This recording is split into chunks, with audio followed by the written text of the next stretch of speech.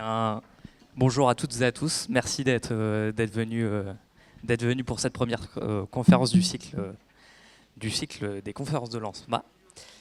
Donc celle-ci est organisée, comme Monsieur Perrault l'a dit, en partenariat avec l'ACE et surtout le BO6, que j'aimerais remercier, qui m'ont bien soutenu sur ce projet-là. Donc la conférence porte sur le véhicule électrique. Et pour apporter un point de vue un peu différent de ce qu'on a l'habitude de voir à l'ANSMA dans nos cycles de conférences, il a été choisi de faire venir un journaliste économique en la personne de Monsieur François-Xavier Pietri. Donc ce dernier est chef des services économiques de TF1 et de LCI. Il a été directeur général de Corse Matin, de la Tribune et du journal Investir. Donc j'oubliais. Il est également cofondateur de l'émission Capital sur M6.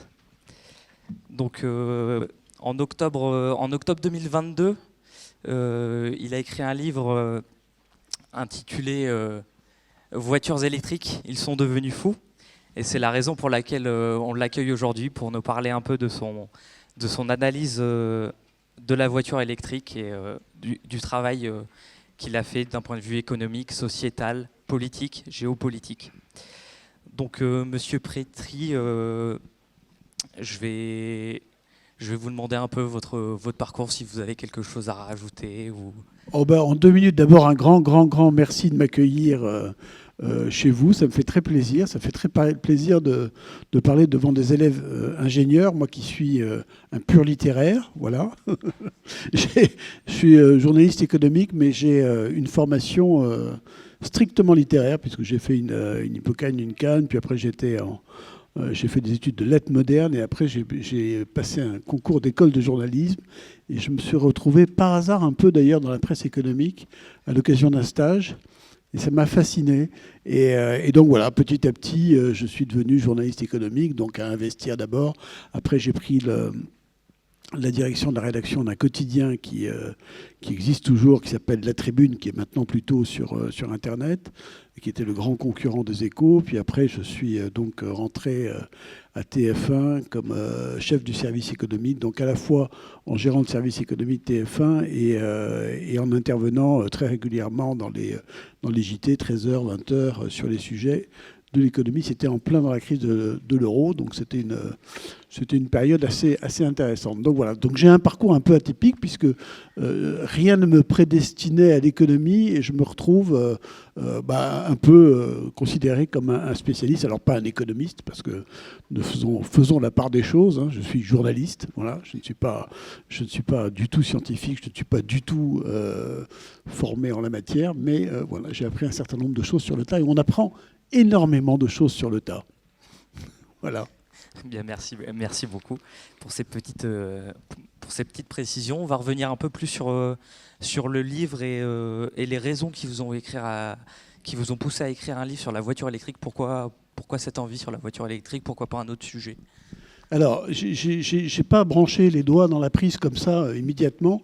En fait, ce qui s'est passé, c'est que j'ai travaillé sur des sujets de la voiture électrique en tant que journaliste à TF1, en commandant justement des sujets sur les bornes de recharge, sur des reportages, etc. Et puis je me suis aperçu, en étant un peu curieux, que plus... Alors j'ai commencé en gros cette enquête, je me suis dit tiens, il y a un truc, il y a cet engagement donc pris par l'Europe. Je rappelle hein, l'objectif évidemment essentiel qui est celui du Fit for 55, c'est-à-dire l'engagement européen d'atteindre la neutralité carbone d'ici 2050. Donc, et pour y parvenir de baisser de 55%, c'est pour ça, d'où ce nom, des émissions par rapport à 1990, le moyen pour y parvenir, c'était la voiture électrique.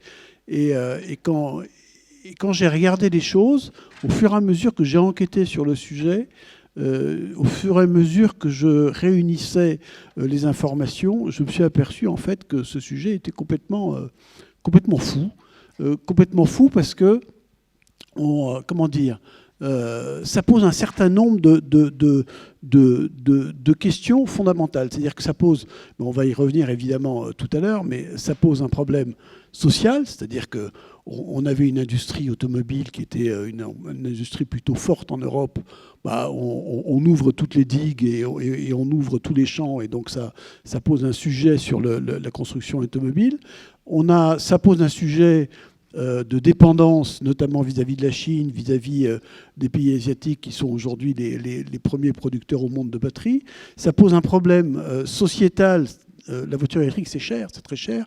On y reviendra aussi tout à l'heure. Mais donc tout le monde ne peut pas en France se payer une voiture électrique. Donc vous aurez d'un côté les riches, entre guillemets, ceux qui ont les moyens, qui peuvent avoir une attitude vertueuse, et les plus modestes qui vont continuer à polluer. Donc ça pose juste un problème de fond. Ça pose un problème de dépendance à un certain nombre de matières premières.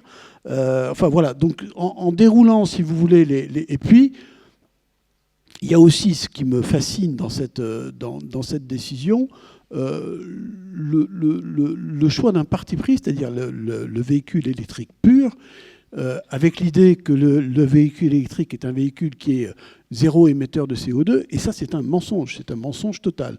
On y viendra aussi là-dessus, c'est-à-dire que la voiture électrique, contrairement à ce qu'on pense, n'est pas une voiture propre. Et aujourd'hui, même les agences gouvernementales l'étayent et le montrent. Donc j'ai réuni pendant plusieurs mois toutes ces informations. J'ai enquêté, j'ai fait mon travail de journaliste, pas du tout un travail d'ingénieur, hein, mais voilà, un travail de recherche d'informations. Je suis allé interroger évidemment les constructeurs, je suis allé interroger bien sûr toutes les agences de l'environnement, etc., enfin tous les acteurs qui travaillent sur le sujet, et je me suis aperçu qu'en fait il y avait un problème de fond, et que ce problème de fond était loin d'être réglé avec cette décision qui est quand même une décision assez folle dans sa, j'allais dire, dans ce côté oukase, et le fait que ce soit une décision imposée et sur laquelle on laisse le choix à personne. Donc voilà, c'est ce qui m'a donné l'idée de sortir ce bouquin, quoi. Bien, merci. Et au passage, il marche super bien. Non, mais franchement, il y a eu une presse absolument incroyable. C'est comme si ça avait été le détonateur de quelque chose. Là, plus de 10 000 exemplaires ont été vendus. Donc c'est franchement, pour ce genre de livre, parce que bon, c'est pas non plus le genre de truc qu'on lit pour se promener dans un train ou en vacances, mais voilà, ça a super bien marché. Donc ça veut dire qu'il y a une attente, il y a une interrogation autour de ces sujets. Oui, mais totalement. Et je reviens sur un peu. Vous parliez un peu de la folie de cette décision, et ça fait écho avec le titre de votre livre. Est-ce qu'avec ce titre, vous avez cherché à faire réagir, ou c'est vraiment plus ce que vous pensez, ce que vous essayez de vous transmettre dans ce livre? Les deux.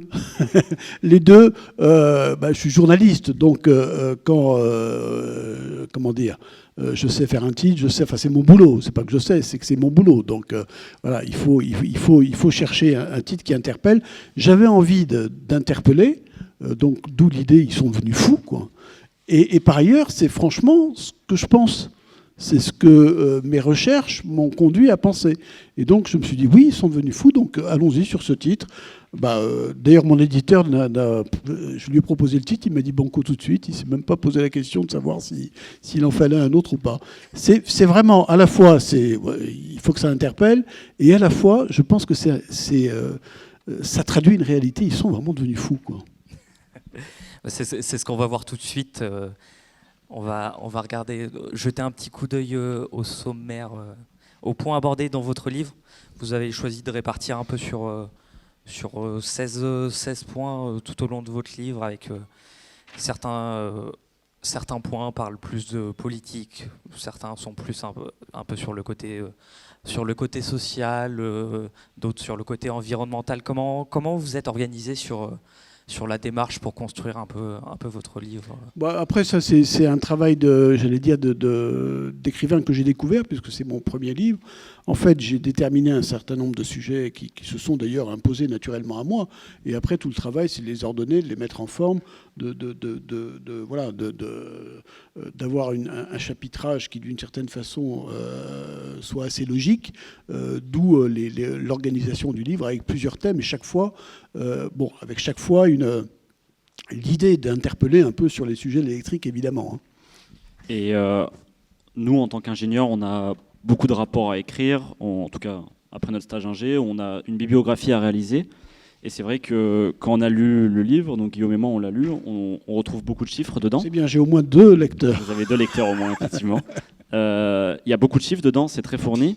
Du coup, on se demandait sur quel rapport, vous citez à un moment le rapport de la RTE, notamment pour l'horizon 2050. À la fin, on n'a pas trouvé la bibliographie. Sur quel type de rapport vous êtes appuyé? Est-ce que c'était vraiment des échanges avec des industriels? Il y a toutes sortes de sources. Il y a effectivement un rapport de RTE qui est d'ailleurs assez extraordinaire parce qu'il nous explique en gros que si je ne sais pas si on peut rentrer déjà dans le détail, mais par exemple, les projections aujourd'hui de tous les cabinets d'analyse, c'est de dire qu'en 2035, et même plutôt en 2030, il y aura à peu près 15 millions de véhicules électriques circulant en France. Un véhicule électrique, c'est l'équivalent de la consommation d'une personne à l'année. C'est comme si on augmentait le nombre de Français de 15 millions. On se retrouvait avec 15 millions de Français en plus. Et RTE nous explique que ça n'aura pas d'impact sur la consommation d'électricité en France. Alors j'étais très étonné, j'ai lu du coup en détail le rapport de RTE là-dessus, et je me suis aperçu que le calcul de RTE, c'était de dire oui, effectivement, ça n'aura pas d'impact si, et c'est là où le si est important, si tous les travaux promis par la France en termes de rénovation thermique, en termes de changer nos radiateurs grille-pain en pompes à chaleur étaient effectués, etc. Là, oui, en fait, ça n'est possible que s'il y a une baisse drastique de la consommation par ailleurs. Donc en réalité, c'est un pari. Et ce pari, il est compliqué. Donc, je me suis appuyé sur ces rapports de RTE, les travaux de l'ADEME, les travaux des constructeurs. Les constructeurs ont fait il y a une compilation de données absolument. Et c'est pour ça aussi que je n'ai pas mis biographie, parce qu'il y en a tellement de tous les côtés. Et je me suis beaucoup appuyé aussi sur les travaux faits par mes confrères. D'ailleurs, je les remercie à la fin de mon livre, parce qu'il y a un travail d'enquête journalistique sur ces sujets qui est considérable.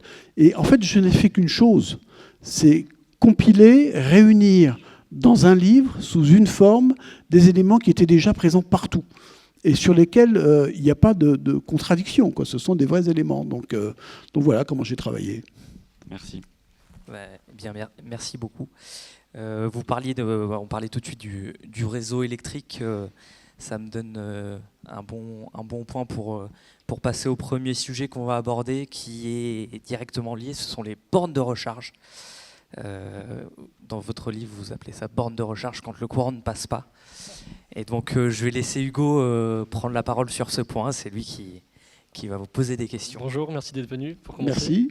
Donc, comme vous l'a dit Guillaume, j'aimerais qu'on s'intéresse succinctement aux bornes de recharge, aux problématiques que ça implique. Alors, vous y dédiez un chapitre entier dans votre livre que vous nommez bornes de recharge quand le courant ne passe pas. Et dans ce chapitre, vous expliquez les différentes problématiques, comme par exemple les retards sur les prévisions d'installation, les problèmes pour adapter le réseau électrique français existant. Vous parlez aussi des nombreuses bornes de recharge qui ne disposent pas d'une puissance assez élevée, ce qui implique des très longs temps de recharge. Et donc, j'ai plusieurs questions à vous poser par rapport à ce que vous avez écrit. Donc, tout d'abord, vous estimez le nombre de bornes de recharge en partant du principe que le nombre de véhicules restera constant, donc environ 36 millions en France. Et donc, je voulais vous demander, est-ce que vous ne pensez pas plutôt que le nombre de véhicules dans le futur va être amené plutôt à diminuer du fait de la politique de sobriété du gouvernement français? Alors, c'est un sujet qui va très au-delà de celui des bornes de recharge. Oui. Donc, si vous voulez, on peut aller là-dessus. Le problème de la mobilité parce que ça rejoint le problème de la mobilité.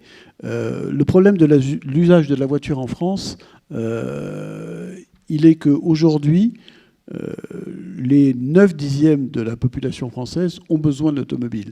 Quand on regarde les chiffres, qui sont là aussi des chiffres très officiels, de l'INSEE d'ailleurs en l'occurrence, sur l'utilisation du véhicule électrique, pas électrique, 75% des Français utilisent leur véhicule pour aller au travail. Vous savez quel est le kilométrage moyen fait par jour pour aller travailler en France, le kilométrage moyen? 39 km. Quels sont les moyens de substitution pour réaliser ces 39 km par jour. C'est pas le cheval, c'est pas le vélo, c'est les transports en commun. Non, malheureusement, ils ne suivent pas, et en tout cas pas suffisamment. C'est un des grands défauts d'ailleurs de cette décision, c'est qu'elle n'est pas accompagnée par des décisions de mobilité par ailleurs. Et quand on regarde les chiffres aussi, ça n'est pas seulement les milieux ruraux. J'ai été très surpris de voir que dans le périurbain, c'est-à-dire quand on est vraiment dans le périmètre de la ville, on a besoin de son véhicule pour aller travailler à 75%. Et les gens nous disent qu'ils sont dépendants de ça. Alors, je veux bien qu'on dise demain, il y aura moins de voitures, à condition qu'il y ait du substitut. Les gens devront continuer à aller travailler. On ne va pas travailler si facilement que ça en covoiturage, parce qu'en général, on va aussi chercher les enfants à l'école, on va faire des courses, il n'y a pas simplement le trajet domicile-travail. Donc, alors, à côté de ça, il y a le sujet, effectivement, des bornes de recharge. Il faut qu'on parle aussi des bornes de recharge, parce que c'est un quasi-scandale ce qui est en train de se passer en France. Je rappelle juste d'abord une chose. Est-ce que vous savez combien il y a d'opérateurs de bornes de recharge en France? Combien de sociétés qui vous vendent des recharges? Il y en a 700. 700 différents. Et il y a 1500 contrats à peu près différents.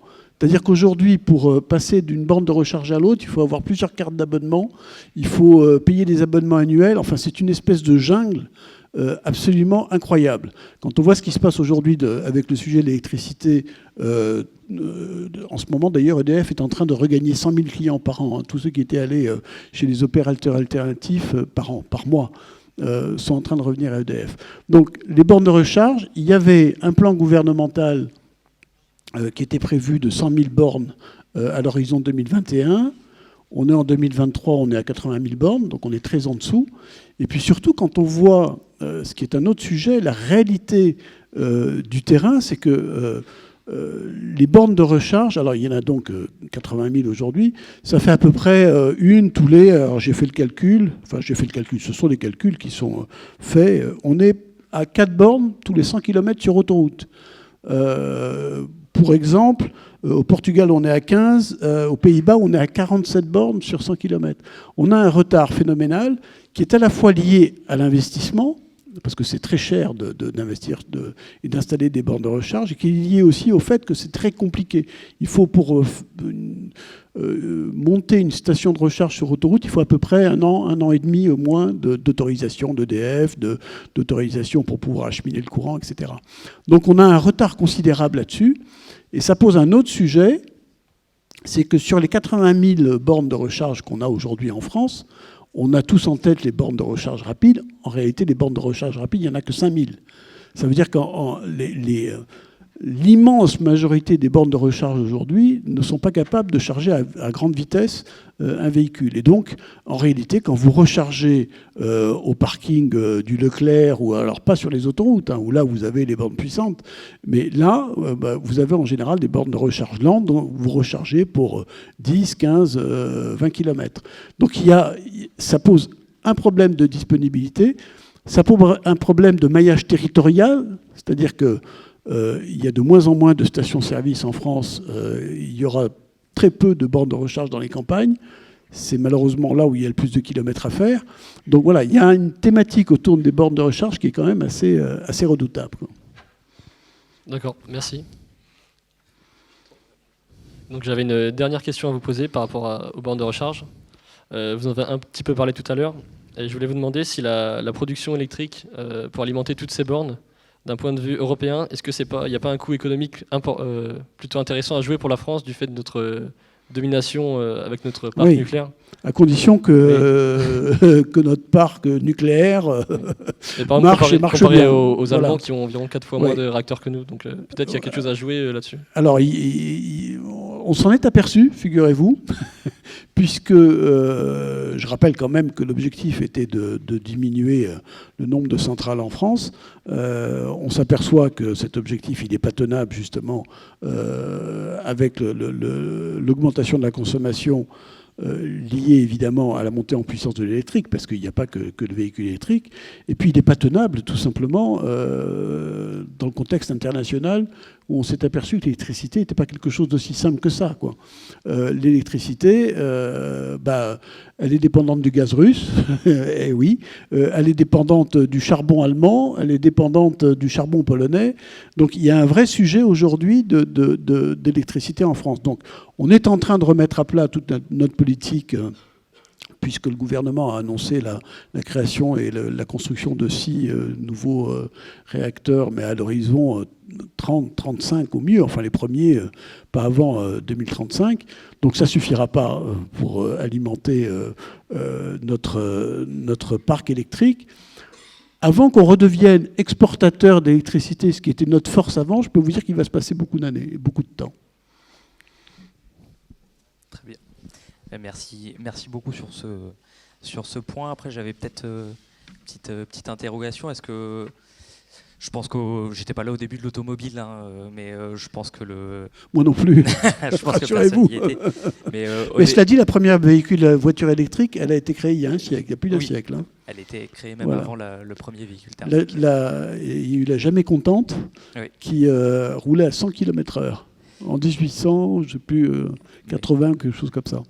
Mais pour tout changement technologique tel que la voiture électrique, au début de l'automobile thermique, je pense qu'on ne devait pas forcément non plus trouver énormément de stations de service pour recharger sa voiture en essence. Est-ce qu'on ne serait pas un peu dans le même cas? Alors on a des évolutions un peu techniques qui nous facilitent les choses, on connaît un peu mieux, on maîtrise un peu mieux les process de distribution. J'ai un avis assez sévère là-dessus. Quand on me dit, moi, que la voiture électrique est une avancée technologique, je suis désolé, mais vous qui en plus êtes ingénieur, vous devez très bien savoir qu'un moteur électrique, c'est infiniment plus simple qu'un moteur thermique, qu'une batterie, c'est infiniment plus simple qu'un moteur thermique, et que donc l'avancée technologique de l'électrique, elle est inexistante. C'est plutôt un retour en arrière, et pour les constructeurs français, c'est plutôt un retour en arrière. Le sujet de l'adaptation, ce qui peut sauver l'électrique, c'est évidemment la recharge à domicile. C'est ça qui fait la grande différence. C'est ça, bien sûr, dans l'usage quotidien de la voiture électrique. C'est vrai que c'est extrêmement pratique. La difficulté, c'est le voyage. Et le voyage, quand on est en voiture électrique, ça commence à devenir un vrai casse-tête, parce qu'en fait, vous ne faites plus votre voyage en fonction de ce que vous avez envie de visiter, mais en fonction des bornes de recharge que vous devez trouver, que vous devez réserver à l'avance. Cet été, il y avait des queues de 2 ou 3 heures aux bornes Tesla sur l'autoroute pour faire la queue et pour attendre. Et je ne vous parle pas, par exemple, de ce qui se passera quand il n'y aura que des voitures électriques qui iront au ski dans les routes de montagne pour y monter, ou que les voitures électriques qui vont en Corse, d'où je suis originaire. Et il y a 350 000 habitants, 350 000 habitants en Corse. Il y a 3,5 millions de touristes. S'il y a 3,5 millions de touristes qui viennent en voiture électrique, voilà. Et le courant électrique en Corse, en plus, il n'est que du fioul. C'est bien, c'est réussi. Tout à l'heure, vous parliez de la mobilité en général. Alors c'est vrai que on le sait, actuellement, un des gros défauts de la voiture électrique, majeur en tout cas par rapport aux voitures thermiques, c'est l'autonomie, qui a une autonomie qui est plus limitée en tout cas que beaucoup de voitures thermiques. Est-ce que ça ne pourrait pas s'inscrire dans une réflexion plus globale de notre mobilité, où finalement on aurait des véhicules de proximité? Comme vous le disiez tout à l'heure, la majorité des trajets sont pour aller au travail sur 39 km, donc c'est typiquement des portées qui sont très intéressantes pour une voiture électrique. On peut la recharger à la maison et essayer d'inscrire plutôt nos trajets assez longs. Typiquement, vous parlez de partir en vacances. On peut voir par exemple, si on prend l'exemple du Paris-Marseille qui se fait en 3 heures en TGV, on a un avantage qui est quand même assez en termes de coût, en termes de rapidité. Est-ce qu'il ne faudrait pas essayer de repenser l'intégralité de notre mobilité en créant des mobilités locales avec des petites voitures et peut-être prendre des trajets en TGV plus longs? Mais tout ça, si vous voulez, c'est... oui, bien sûr, on peut repenser. Mais entre repenser les choses et les mettre en œuvre pour un parc de 36 millions de véhicules, je peux vous dire que le timing, il est assez complexe. Quand on voit, par exemple, ce qui est en train de se passer sur les trains régionaux. La plupart des trains régionaux sont aujourd'hui en disparition. Vous avez des chefs d'entreprise qui poussent des hurlements, parce que, dont celui de Legrand, qui a hurlé à un moment donné, parce que Limoges n'était pratiquement plus desservi avec Paris en train. Donc je veux bien qu'on réfléchisse à la mobilité de demain, à condition que la mobilité d'aujourd'hui déjà soit un peu organisée. Et quand on voit cette organisation-là, on se dit, OK, il y a juste un sujet d'investissement. Quand, par exemple, Emmanuel Macron dit il faut qu'il y ait 10 villes en France qui aient des RER, mais banco, on ne sait pas quelle ville, on ne sait pas avec quelle source de financement, on ne sait pas à quelle échéance. Donc, si vous voulez, il y a une, une relation entre ce qui est imaginable, ce qui est possible, et la réalité et la mise en œuvre qui est tellement considérable que les gens, eux, ils ont besoin d'aller bosser tous les jours, quoi. Donc, avant, en quelque sorte, qu'ils puissent le faire dans les conditions que vous décrivez, c'est pas demain la veille, quoi. Effectivement, très bien. Donc après les bornes de recharge, il y a un autre des grands sujets du véhicule électrique qui nous interrogeait, c'est sur un peu la souveraineté européenne et la prédominance de la Chine sur ce marché-là. Donc je vais laisser mon collègue Thibaut venir vous interroger sur ce point. Bienvenue Thibaut. Bonjour, merci. Bonjour à tous. Ils sont forts vos copains, hein, ça marche bien. Hein. Oui, donc moi, comme disait Guillaume, je voudrais vous interroger sur la part de la Chine dans la mobilité électrique. Vous parlez dans votre livre qu'à l'heure actuelle, 40% à peu près des voitures, même plus, sont donc électriques. Quel que soit le constructeur, que ce soit un constructeur asiatique ou européen, sont produites en Chine, et plus de 80% des batteries sont produites en Chine également. Donc on voit qu'on a une grosse dépendance, un quasi monopole. C'est pas quels que soient les constructeurs. Hein. Un véhicule électrique sur 2 vendu dans le monde est chinois. Ouais. Il est de marque chinoise. Ok. Voilà. Et donc du coup, en revanche, les batteries, elles vendent dans toutes les marques. Oui, bon, ça voilà. Et donc on voit qu'on a un quasi monopole de la Chine sur cette mobilité. Et on a vu l'année dernière que la Commission européenne a imposé l'arrêt de vente de véhicules thermiques d'ici 2035. Et en fait, on a l'impression que les constructeurs européens ne sont pas prêts, bien qu'on sait faire des véhicules électriques depuis de nombreuses années. Hein, la Zoé a plus de 10 ans. Mais on a l'impression que l'industrie automobile européenne derrière ne suit pas. Et donc je voulais savoir pourquoi en fait cette transition énergétique du thermique vers l'électrique n'a pas été, pourquoi l'Europe n'a pas fait ça en accord avec les constructeurs. Vous parlez dans votre livre d'un Airbus des batteries. Et on a plus l'impression que c'est un mirage que quelque chose qui est pensé si ça uniquement. Être un mirage, ça irait vite, mais.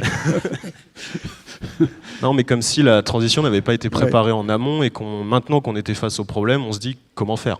C'est un vrai sujet. C'est-à-dire que je pense que ce qui est sidérant dans la décision européenne, c'est que c'est une décision purement politique et qui tient très peu compte finalement des problématiques industrielles que ça pose.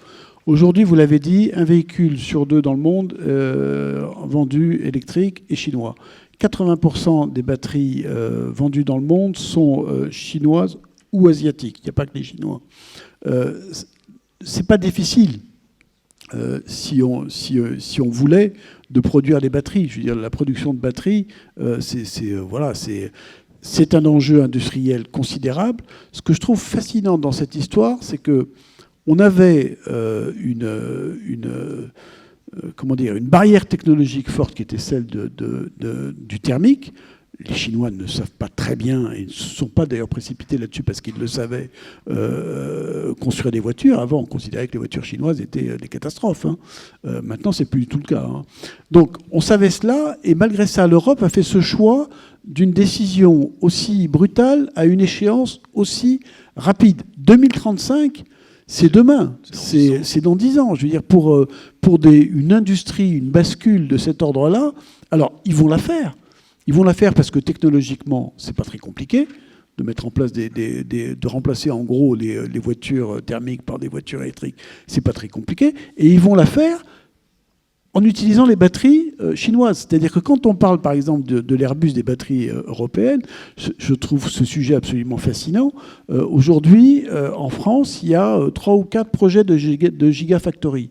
Il y en a via Stellantis, il y en a via Renault, pour parler des plus gros, des plus importants. Mais financé par les Chinois, non? Mais alors, justement, le projet de Douai de Renault est avec un groupe qui s'appelle Envision. Envision, c'est un groupe chinois. C'est-à-dire que non seulement les Chinois vont venir vendre en Europe des véhicules électriques moins chers que les nôtres. Pourquoi? Parce qu'elles sont amorties sur un marché de 28 millions de véhicules depuis des années.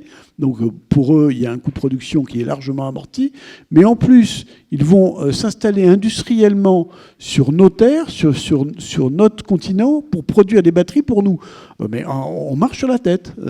Alors pourquoi? Parce que je pense qu'il y a une...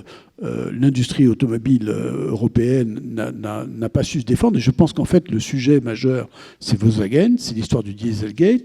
Volkswagen a empoisonné des millions d'automobilistes avec le Dieselgate, a menti à des millions d'automobilistes et est puni pour ça. Aujourd'hui, il y a des procès, ils sont à 35 milliards de coûts pour Volkswagen. Et donc la parole de Volkswagen a été complètement démonétisée. C'est-à-dire que le lobbying industriel de l'automobile a été complètement démonétisé. Et je dirais même que les groupes allemands sont aujourd'hui en train de se racheter une bonne conduite en passant à l'électrique. Sauf que, on y viendra peut-être tout à l'heure, ça pose d'autres problèmes écologiques. Mais donc oui, c'est sidérant. Ce qui est sidérant, par exemple, c'est que les aides aujourd'hui à l'automobile électrique vont vers les véhicules les moins chers. C'est lesquels les véhicules les moins chers? C'est les Chinois. On a vu le président américain, c'est quand même le fameux plan IRA, Inflation Reduction Act, 370 milliards de dollars ciblés sur l'industrie américaine. Aux États-Unis, il y a des aides à l'achat de voitures électriques à condition qu'elles soient américaines. Et nous, on dit c'est scandaleux, etc. Bah oui, c'est scandaleux, sauf que ils protègent comme ça leur industrie. Et nous, on ne sait pas protéger notre industrie. Et il n'y a pas des plans ou des projets qui sont mis en œuvre pour protéger justement cette industrie européenne de l'automobile qui est quand même très importante? Non, c'est assez sidérant. Quand vous discutez avec les constructeurs, d'ailleurs, ils sont effarés. Hein. Ils n'ont pas le choix parce que de toute façon, ça leur a imposé. Donc, ils investissent des milliards. Évidemment, ils ne vont plus investir un centime dans le thermique. Je veux dire, c'est mort. Donc, ils sont effarés. Ils y vont parce qu'il faut bien qu'ils y aillent. C'est une question de survie pour eux. Ils mettent tout le paquet là-dessus. Mais quand vous discutez avec eux, ils disent... discuter avec n'importe quel constructeur, on marche sur la tête, quoi. Voilà. Merci. Merci beaucoup. Après la Chine, un sujet géopolitique assez important et notre perte de souveraineté sur l'Europe. On va revenir un peu sur des sujets un peu plus... On n'a pas du tout parlé d'ailleurs là-dessus sur... Pardon, mais... Il n'y a pas de mal. Allez-y, si vous voulez rajouter... J'ai parlé de la Chine qui produit les batteries, etc. On a aussi un autre problème qui est celui des matières premières.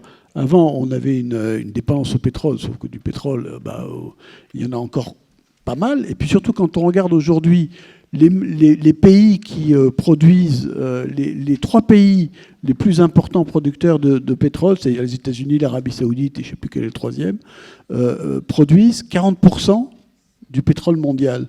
Les 3 pays qui produisent aujourd'hui le cobalt, c'est-à-dire principalement le Congo, la République démocratique du Congo, puis après derrière vous avez l'Australie, et puis vous en avez un troisième, eux ils détiennent 90% du cobalt. Donc vous mettez dans une domination sur les matières premières qui est complètement délirante. C'est la même chose pour le lithium, c'est la même chose pour les terres rares qui sont utilisées, alors pas seulement dans les batteries, mais dans toute la construction d'un véhicule. Aujourd'hui, les terres rares sont produites à 80% par la Chine. À un moment donné, il faut savoir ce qu'on fait, quoi. Enfin, voilà, donc il y avait cet angle-là que je n'avais pas... Voilà. Dans ce cas-là, alors, vous parlez du stock des hydrocarbures. Donc, pour l'instant, ils annoncent qu'on a à peu près 56 ans encore de stock. Moi, c'est quelque chose qui me questionne parce qu'il y a tout cet enjeu des matériaux, comme vous le décrivez. Mais ce stock de pétrole, il va devenir de plus en plus compliqué à extraire. On sait qu'au bout d'un moment, l'énergie qu'on va devoir dépenser va tellement augmenter que le prix va naturellement augmenter. Et on se dit, en fait, comment est-ce qu'on gère? Est-ce qu'on passe pas, finalement, on va passer d'une dépendance du pétrole, parce qu'actuellement, on est extrêmement dépendant de ces pays politiques, à une autre. Mais comment est-ce qu'on gérerait, si on continue avec les voitures thermiques, ce stock qui réduit avec ce prix qui augmente? Mais il ne faut pas se tromper faut pas se tromper sur ce que je dis. Moi, je ne suis pas un fervent défenseur du thermique et un absolu opposant à l'électrique. C'est pas mon sujet. Mon sujet, c'est de dire, on prend une décision. L'Europe est le seul continent au monde à avoir pris cette décision de basculer au 100% électrique en 2035. Les États-Unis n'ont pas pris cette décision parce que quand les États-Unis disent on va basculer à l'électrique, ils incluent l'hybride. Juste petite nuance. Donc ça veut dire qu'ils incluent du thermique dans l'électrique. Ne parlons pas de... la Chine, elle y va naturellement, mais depuis toujours. Mais les autres continents, l'Inde, n'en parlons pas, l'Afrique, n'en parlons pas. Enfin, voilà. Donc on est donc mon sujet, ça n'est pas de dire c'est pas bien d'aller vers l'électrique. Mon sujet, c'est de dire gérons les choses plus en douceur, plus sur le temps, en faisant confiance un peu aux constructeurs, en faisant confiance aussi à la montée en puissance de mobilité alternative, mais pas ça en 8 ans, pas ça en 10 ans. C'est ça qui n'est pas possible. Je suis d'accord avec vous, bien sûr qu'on sait très bien que les réserves pétrolières sont comptées dans le temps. Mais si c'est pour se mettre entre les mains de réserves de matières premières qui sont pires aujourd'hui que le pétrole, le cobalt, c'est fou ce qui se passe aujourd'hui sur le cobalt. Le Congo produit... l'an dernier, on a consommé 160 000 tonnes de cobalt pour les batteries, pas seulement les voitures d'ailleurs. 160 000 tonnes. Le Congo en a produit 120 000 tonnes. Le deuxième pays derrière le Congo, c'est l'Australie avec 6 000 tonnes. Vous voyez la différence? 120 000 tonnes, 6 000 tonnes. Du cobalt, il n'y en a pas partout. Désolé, mais c'est comme ça. Donc, on se met en condition d'une dépendance qui est encore plus violente. Et le cobalt, il est exploité dans des conditions absolument indignes, dans des mines, c'est scandaleux, bien pire que le pétrole en l'occurrence. Donc, je veux dire, quel est l'intérêt, si vous voulez, de basculer d'un type d'énergie à un autre type de matière première si c'est pour se mettre dans des mains encore plus violentes, serrées? Enfin voilà, c'est ça que je veux dire. Merci. Merci. Donc on va passer au sujet suivant, un peu plus sociétal, un peu plus social, que vous nommez la voiture pour les riches, la voiture au budget chiche, qui nous sera présentée par Romain. Bonjour à tous.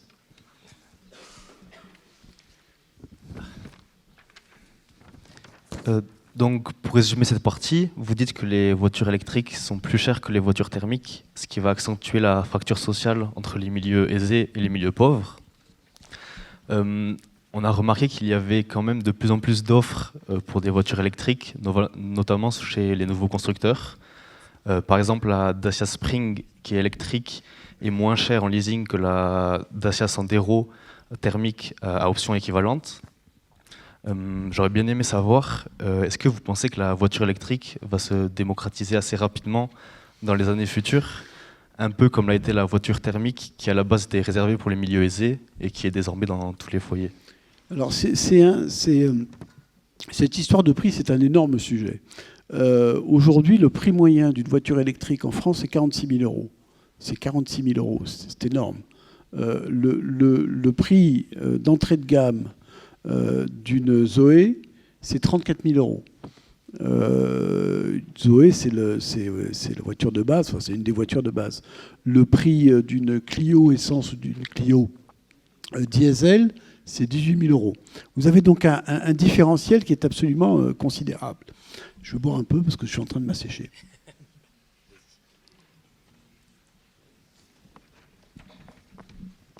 Tout ça pour dire que, si vous voulez, cette notion de prix, elle est centrale. Je vous donne juste un chiffre. En janvier d'il y a 2 ans, il s'est vendu en France plus de voitures de plus de 15 ans que de voitures neuves. Les gens n'ont pas les moyens, en France, de s'acheter des voitures neuves. Le prix moyen d'une voiture neuve thermique a augmenté d'à peu près 30% en 10 ans. Parce qu'il y a de plus en plus d'électronique, parce que les voitures coûtent de plus en plus cher. Donc l'accessibilité, elle devient extrêmement compliquée. L'âge moyen d'achat d'une voiture neuve en France, toutes les pubs, on vous montre des jeunes qui achètent des voitures neuves, etc. L'âge moyen, c'est 57 ans. Ça remet un peu les choses en place. Le marché de la voiture neuve, c'est 1,5 million, entre 1,5 million et 2 millions de véhicules. Le marché de la voiture d'occasion, c'est 5 millions.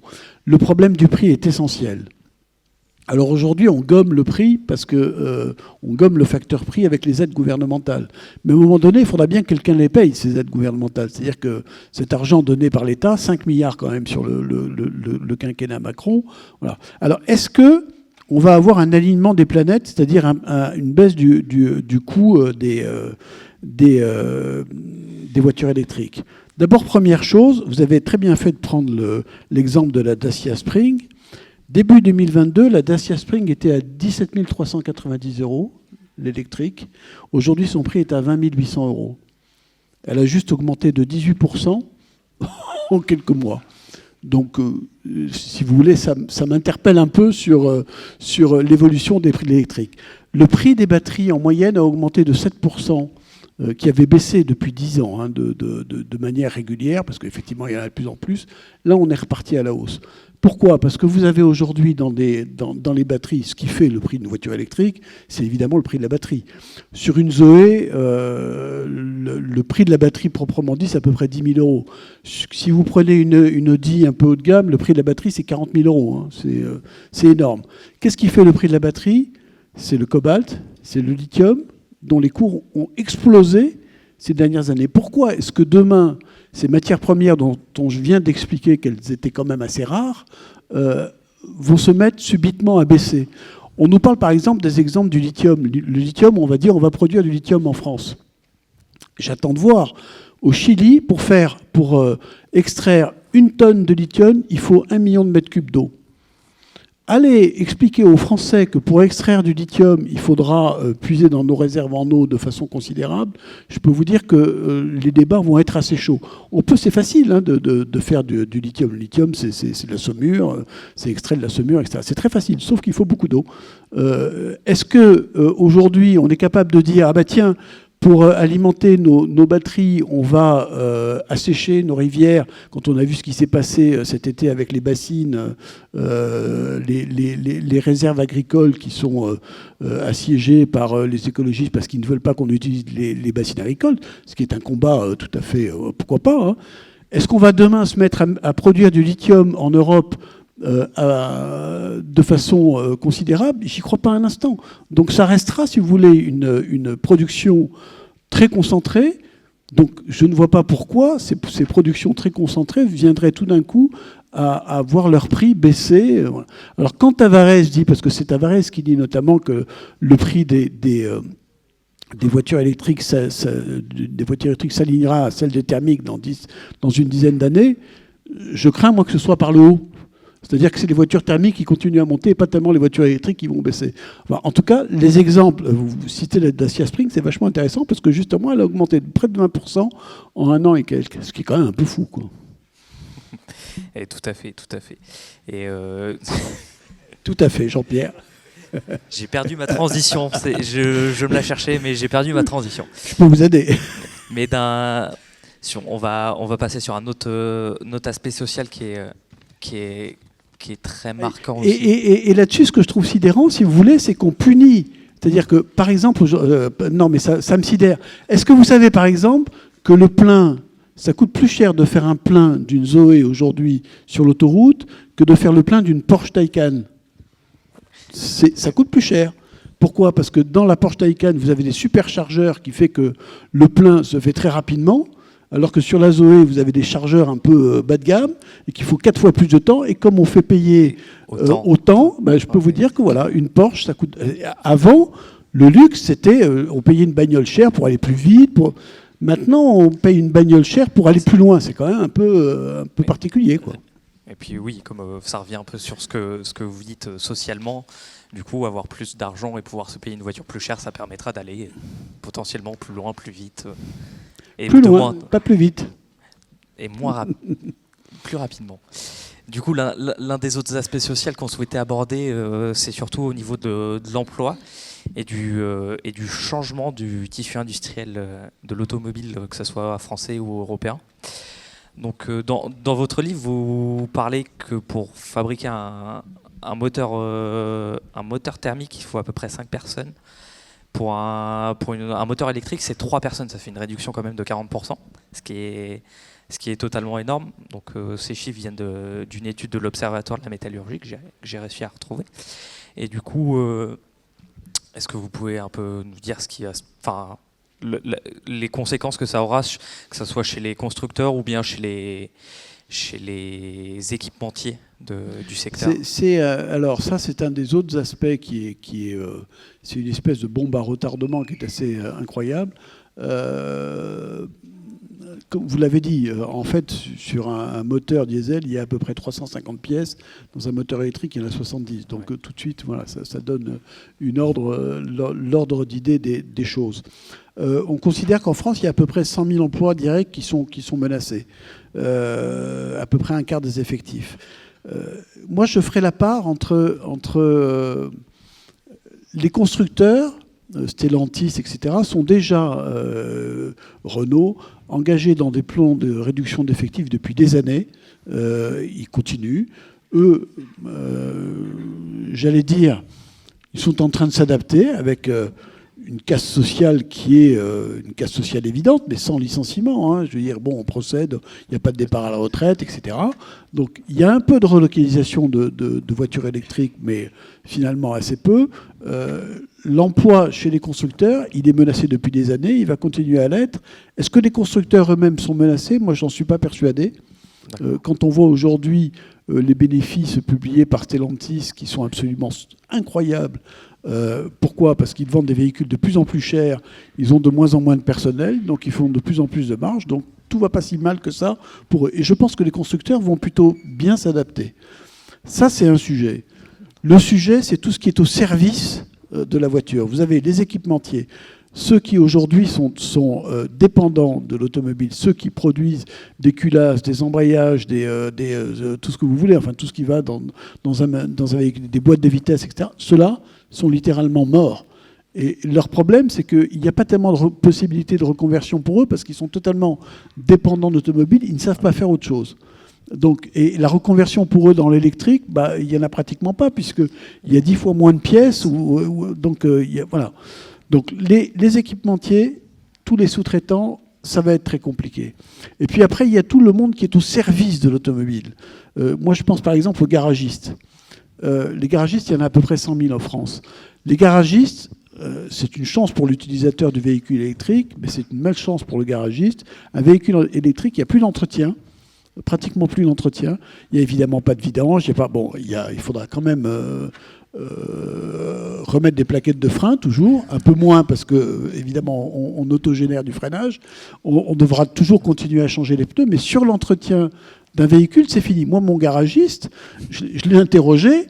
Il me dit, les clients qui sont passés à l'électrique, ils reviennent me voir, mais pour prendre le café. Donc, en gros, ça ne me fait pas vivre, quoi. Et lui avait pensé transmettre son garage à son fils. Ça y est, c'est terminé. Il considère qu'il va se spécialiser sur les voitures anciennes. Et que, voilà. Donc là, on a des dizaines de milliers d'emplois qui sont menacés. Il y a un autre secteur aussi qui est extrêmement menacé, c'est celui des stations-service. Puisqu'il y en avait 40 000 il y a 20 ans, il y en a aujourd'hui 11 000. Avec l'électrique, il y en aura beaucoup moins, parce que c'est beaucoup moins rentable pour un pompiste électrique que le pétrole. Donc voilà, il y a un effet enduit, et ces chiffres sont nets, c'est-à-dire qu'on sait que l'électrique va aussi créer de l'emploi. Mais une autre catégorie d'emploi est beaucoup moins que ce qui va être détruit. Donc l'impact, si vous voulez, le vrai impact social, on l'estime à peu près à 100 000 personnes. Donc 100 000 emplois en moins qu'on aurait... qui sont menacés, et ça... uniquement sur la France. On parle de la France, et il faut multiplier ça à l'échelle européenne. Donc on parle de plusieurs centaines de milliers d'emplois à l'échelle européenne. Ouais, donc des potentielles solutions à trouver pour eux. Ça va être compliqué. La reconversion est compliquée. Par exemple, je reprends toujours mon garagiste, il me disait, je lui dis, mais pourquoi est-ce que vous ne dites pas à votre fils de faire de vous reconvertir dans la mécanique électrique? Enfin voilà, il y a des spécialités. Mais il m'a dit, mais mon sujet, il peut se reconvertir tant qu'il veut.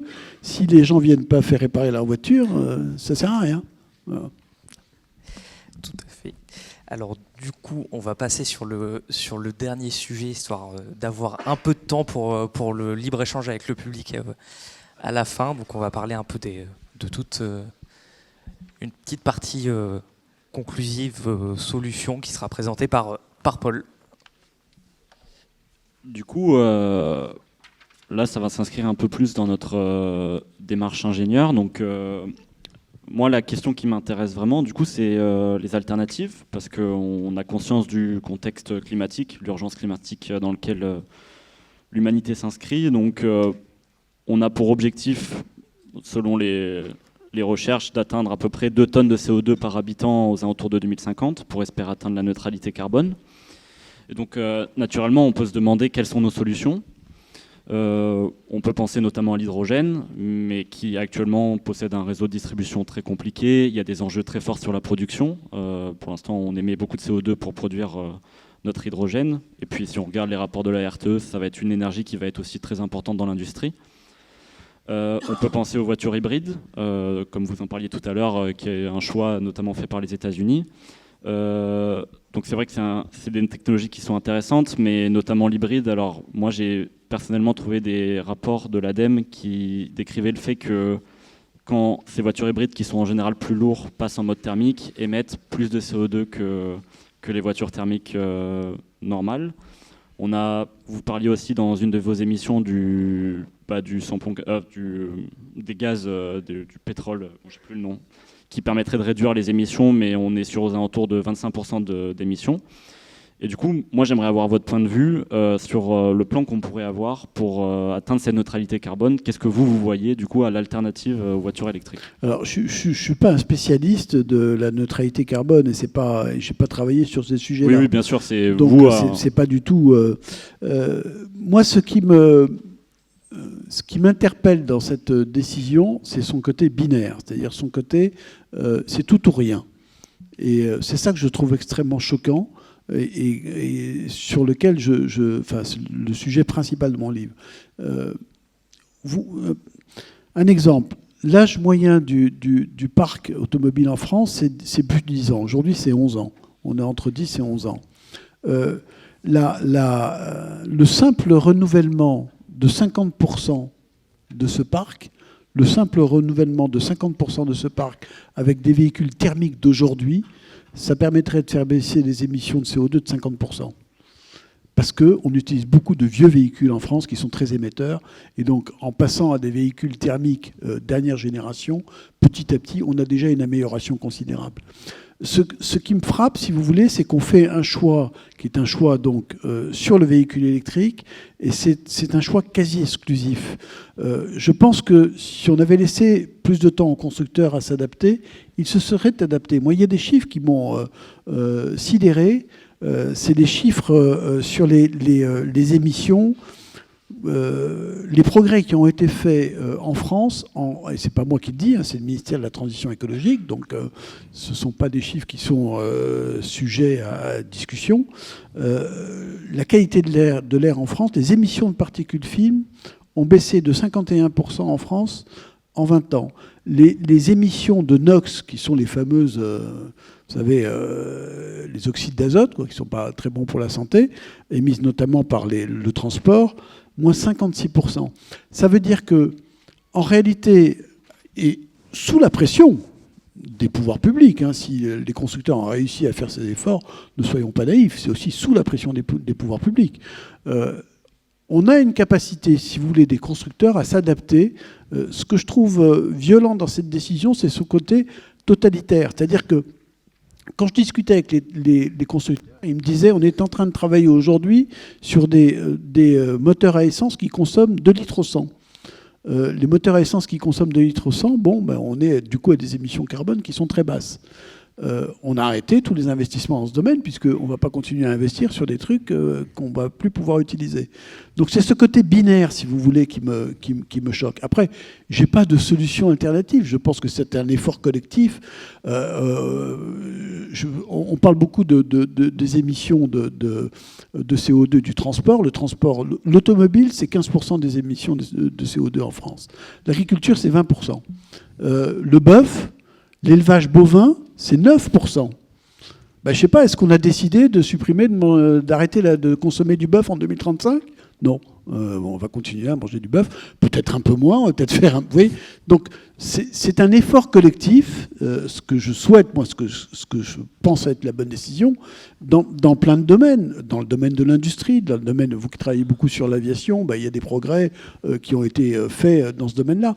Donc ce qui me choque dans cette décision, c'est son côté binaire, c'est son côté imposé, alors que on aurait pu continuer. Alors, vous l'évoquiez, l'hydrogène est une des solutions, ce n'est pas la seule solution. Le GNV, le gaz naturel pour véhicules, c'est aussi une des solutions. Autorisons les uns et les autres à utiliser un certain nombre de solutions et allons-y collectivement. Demander à un secteur et à des Français de basculer dans quelque chose qu'ils ne peuvent pas. Moi, ce qui me choque, c'est le clivage sociétal que ça va créer. Il y a aussi la question des ZFE, là-dessus, les zones à faible émission. Aujourd'hui, quand vous allez expliquer en 2025, au 1er janvier 2025, à quelqu'un qui a un véhicule diesel qui ne pourra plus circuler en centre-ville, ça va être compliqué, ça va être très compliqué. Ce sont des sujets sociaux très compliqués. Soyons un peu réalistes et voyons un peu la réalité de l'ensemble de la société française et pas seulement celle de quelques technocrates bruxellois, quoi. Enfin voilà, mon propos, il est plutôt là. Merci. Très bien. Bah, on va passer au petit mot de la fin qui va nous être présenté par monsieur le directeur de l'ANSMA, qui les questions d'abord. Est-ce qu'il y aurait des questions dans la salle ? Allez-y. Hein. Ah, il y en a une là-haut.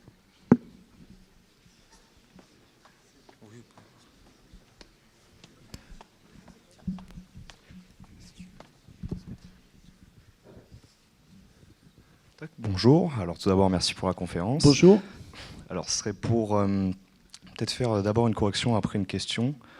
Pour rapport à l'électricité en Corse, certes il y a la centrale du Vaz à Ajaccio et la centrale à Bastia, mais vous avez raison, il y a un peu d'hydroélectricité. 4 barrages hydroélectriques, Orizanese, je vois qu'il y a un compatriote. Oui bon. Mais il y a aussi, il y a aussi énormément d'électricité importée d'Italie à hauteur de 3,6 millions d'euros en juillet 2000. D'électricité importée d'Italie à hauteur de 3,6 millions d'euros. Il n'y a presque rien d'Italie, vous plaisantez. Ils nous font traverser l'électricité, ça va en Sardaigne directement, ça passe par chez nous, on en touche à peine. Non, ça c'est un autre scandale, ça. Mais bon, en tout cas, je pense que le Et problème... vous êtes d'où ? D'Ajaccio. Moi de Cervioni. Oh. Bon, non, en bref, c'est surtout par rapport aux bornes électriques qu'est le problème. Pensez-vous que l'installation des bornes électriques doit être faite, surtout pour notre cas en Corse, mais c'est aussi pour le cas des millions ruraux, par rapport à la collectivité de Corse ou aux collectivités différentes, sachant que notre régime est un régime de collectivité unique, donc c'est encore différent, à l'État ou justement à des entreprises privées? C'est-à-dire qu'à un moment donné, c'est quelque chose qui va devoir être régulé. Moi, ça ne me choque pas que les bornes soient, propriété d'entreprises privées. C'est pas, l'État ne doit pas tout gérer. Ce qui me choque, c'est qu'il y ait ce que j'ai évoqué, c'est-à-dire qu'il y ait une telle dispersion entre les différents opérateurs, qu'il y ait des différences tarifaires. Enfin, là aussi, on parlait de... J'ai relevé là des hausses de prix, là, c'est complètement délirant. Sur les bornes Tesla, le prix est passé de 22 centimes de kilowattheure à 80 centimes en 2 ans. C'est monstrueux. À Paris, je ne sais plus comment ça s'appelle, j'avais noté là, on est à plus 127%. Donc, c'est la jungle. Aujourd'hui, sur les bornes, c'est la jungle. Donc moi, je pense qu'il faut effectivement qu'il y ait une régulation. Alors, Je ne pense pas que ce soit à l'État de gérer, si je puis dire, l'alimentation électrique de toutes les bornes, parce qu'après tout, il y a un enjeu commercial, etc. Mais je pense qu'il y a un besoin de régulation et qu'il y a un besoin de remise à niveau de tout ça. Après, il y a un autre sujet sur les bornes. Il y a le sujet des copropriétés. Aujourd'hui, vous avez 2% des copropriétés en France qui sont équipées. Ça fait des millions et des millions de logements à équiper. Voilà, on est très loin. Il y a ce qui me frappe, c'est que quand on va effectivement sur la plupart des bornes installées dans les collectivités, dans les mairies, etc., ce sont des bornes très faibles, de faible puissance. Alors, on est content parce qu'on a notre borne électrique qui est installée, mais en réalité, elle est de très faible puissance et il vous faut 24 heures pour charger votre véhicule, donc je ne vois pas trop où est l'avantage. Donc oui, il y a besoin de plus de régulation. On le voit très bien aujourd'hui dans ce qui est en train de se passer sur l'électricité avec EDF et les opérateurs alternatifs. Je veux dire, vous en avez la moitié qui sont en train de déposer faillite ou à peu près, de faire faillite ou d'être en très mauvaise position. Et les Français reviennent vers EDF, vers le régulateur. Donc il faut de la régulation. Je suis d'accord avec vous. Après, est-ce que ça doit être entre les mains des pouvoirs politiques, sur la régulation, oui. Sur l'exploitation, je suis moins convaincu. Je vous remercie. Est-ce qu'il y a une autre question dans la... Romain, juste derrière toi. Et au passage, moi, ce qui me choque aussi dans la décision, juste un mot dans la décision européenne, c'est que nous, on a un mix électrique qui fait que quand on remplit nos batteries, on le fait à peu près à 60-70% avec de l'énergie entre guillemets propre. En Pologne, on est à 80% en combustible, dont 70% de charbon. C'est-à-dire que quand vous faites votre plein de véhicules électriques en Pologne, vous le faites à 70% en charbon. Elle est belle l'avancée. Bonjour, je me dépêche. Bonjour. Ça a été évoqué rapidement, une Renault Zoé, 35 000 €, un équivalent thermique à l'époque, peut-être la Twingo, 15 000 €. Donc les constructeurs ont décidé de justifier la différence de prix par des véhicules haut de gamme. On finit avec des SUV de 2 tonnes hyper puissants pour faire... Le problème, c'était l'autonomie. Moi, ma vision d'une voiture électrique, c'est des petits trajets en ville, ça pollue pas l'air, ça fait pas de bruit, ça dérange pas les riverains. Il y a la Citroën Ami, 7 000 €, c'est moins sexy, mais est-ce que les aides de l'État, finalement, ça ne devrait pas être ciblé sur plus ce genre de véhicules? Et est-ce que vous pensez que ça peut émerger et être ça, finalement, le futur de l'automobile électrique? Sur le papier, oui. Dans la réalité, non, parce que l'usage du véhicule, il faut pas avoir une perception du véhicule sous l'angle urbain. C'est-à-dire que nous, on a un peu de temps... Enfin, bon, il se trouve que je vis à Paris, donc ma vision de l'usage du véhicule, elle est très limitée. Moi, j'ai plus de voiture à Paris. Voilà, j'en ai une en Corse, mais pourquoi? Parce qu'en Corse, je pourrais pas faire autrement. Et je peux vous dire qu'avec une amie, je sais pas quoi en Corse, vous faites rien. Vous n'allez pas faire des courses chez Leclerc en bas à 10 km, à 10 km peut-être, mais vous n'allez pas à Bonifacio ou vous montez pas les aiguilles de Bavel. Donc ça dépend, c'est une question d'usage, c'est une question Alors, ce qu'il y a de plus en plus, qu'on voit aujourd'hui les ventes de véhicules électriques, il y a beaucoup de deuxième véhicules. C'est la deuxième voiture du ménage, c'est celle qui est utilisée justement pour les petits trajets quotidiens, etc. Et à côté de ça, vous avez le véhicule qui vous permet de traverser la France. Mais est-ce que c'est une solution d'avenir? Voilà. Le prix, l'impact écologique. Là, c'est l'étude de l'ADEME qui est quand même assez confondante, quoi, qui vous explique que, en gros, si vous prenez un gros véhicule électrique, vous n'aurez jamais l'équivalent CO2 d'un thermique. C'est-à-dire que vous serez toujours en déficit. C'est quand même un peu fou, quoi. Donc, oui, c'est un usage un peu compliqué. Alors, je sais qu'il y a une dernière question. On va être un peu court en... Sur la réponse, d'accord. On va être un peu court en timing. On prend la question, on va juste répondre en quelques mots et puis on passera au mot de la fin du directeur. Ma question, c'est est-ce que ça serait possible de revenir sur la décision de l'Europe d'interdire les moteurs thermiques en 2035? Et si oui, par quels moyens? Est-ce qu'on peut le faire démocratiquement ou est-ce qu'on, par exemple, on peut être avec une contrainte technique Révolution. Est-ce que ça a été fait démocratiquement, la décision? Pour l'instant, Oui. non, mais... Oui, puisque ce sont les... évidemment, c'est la démocratie. Hein, ça a été validé, bien sûr, par d'abord mis en place par la Commission européenne, ensuite validé par le Parlement européen et ensuite validé par les États. Est-ce qu'il peut y avoir une remise en question? Alors Thierry Breton, qui est un industriel, qui donc connaît un peu les sujets, commence à dire peut-être qu'en 2026, il y a une clause de revoyure, on va pouvoir revoir les choses. Est-ce que le mouvement peut être stoppé? Non, je ne pense pas. Est-ce qu'il peut être aménagé, ce que je trouve moi souhaitable? Oui, c'est-à-dire qu'on prenne plus de temps, qu'on autorise l'hybridation, qu'on soit plus souple dans la bascule. Oui, ça se fera. Mais un retour en arrière au 100% thermique, je pense que c'est inimaginable.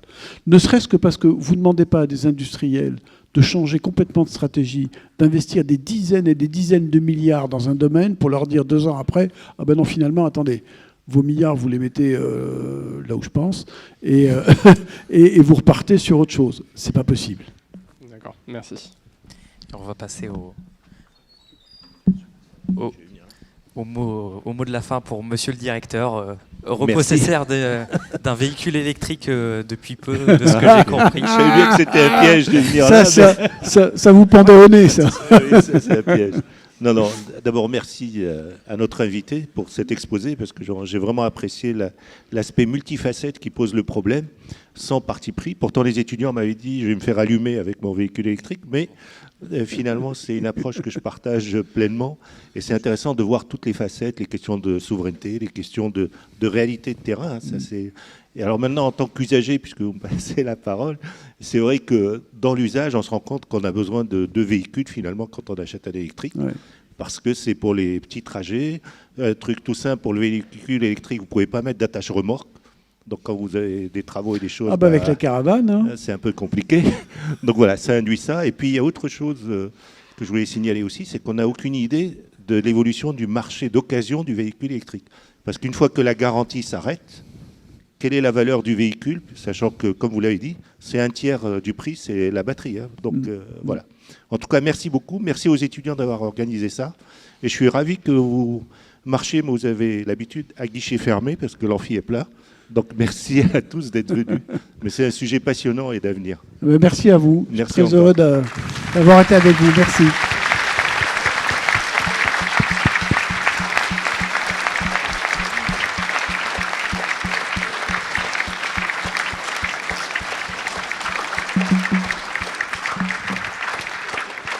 Voilà, grand merci à tous, à notre conférencier, Guillaume, et puis toute l'équipe.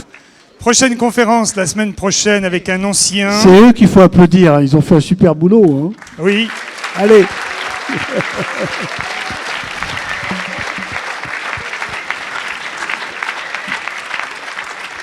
Donc on accueillera Damien Caillé, Promos 98, qui nous parlera du nucléaire dans le naval. Il est directeur de l'école des sous-mariniers à Brest.